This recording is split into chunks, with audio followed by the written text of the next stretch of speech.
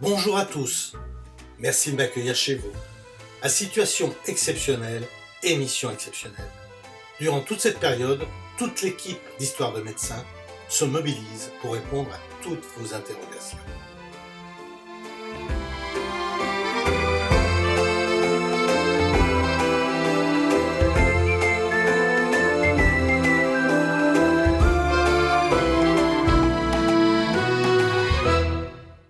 Vous revenez de faire vos achats de produits de première nécessité ou vous rentrez du travail. Une question vous vient à l'esprit. Que faire de mes vêtements, de mes achats? Le coronavirus est-il actif sur les vêtements? Le coronavirus se transmet principalement par des gouttelettes respiratoires, par une personne infectée qui tousse ou qui éternue, plutôt que par des matières, des objets et des tissus. Sauf si ces derniers sont contaminés. Dans ce cas-là, ces matières, ces objets, ces tissus peuvent propager la maladie en les touchant et en mettant les mains au visage, par exemple. On note que le nouveau coronavirus semble survivre de plusieurs heures à plusieurs jours sur diverses matières, y compris les vêtements. Des tissus mieux que d'autres? Certains spécialistes suggèrent que le polyester et les matières comme l'élastane peuvent retenir les germes plus longtemps que les tissus à base de coton.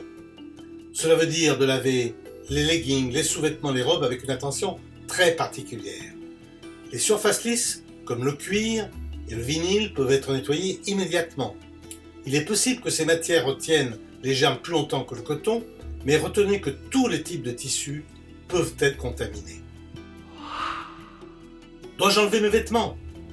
Prenez l'habitude de changer de vêtements et de chaussures en rentrant chez vous. Vous devez changer de vêtements et les laver dès que d'autres personnes les ont touchés ou que vous êtes retrouvé dans un groupe. Vous pouvez aussi les ranger dans un sac à part. À quelle température dois-je laver mon linge? À la machine à laver, lavez vos vêtements à la plus haute température indiquée pour la matière en question, ça c'est l'idéal. Faire sécher son linge le plus longtemps et à température la plus élevée possible est une bonne idée, car les gouttelettes s'assèchent, ce qui semble désactiver le virus. Le virus reste plus longtemps actif sur certaines matières. Certains virus peuvent rester actifs 2 ou 3 jours sur le plastique et l'inox, 24 heures sur le carton et 4 heures sur le cuivre. Que faire des achats que je ramène à la maison? Les objets métalliques tels que les conserves, les objets en plastique ou en verre, laissez-les 48 heures dans un sac avant de les ranger dans le placard. Enlevez tous les emballages et jetez-les à la poubelle. Rincez abondamment les fruits et légumes avant de les mettre au réfrigérateur. À chaque fois, lavez-vous soigneusement les mains 30 secondes avec du savon, séchez et appliquez un gel hydroalcoolique. On arrive au terme de cette émission. Merci de votre attention. N'oubliez pas de rester chez vous.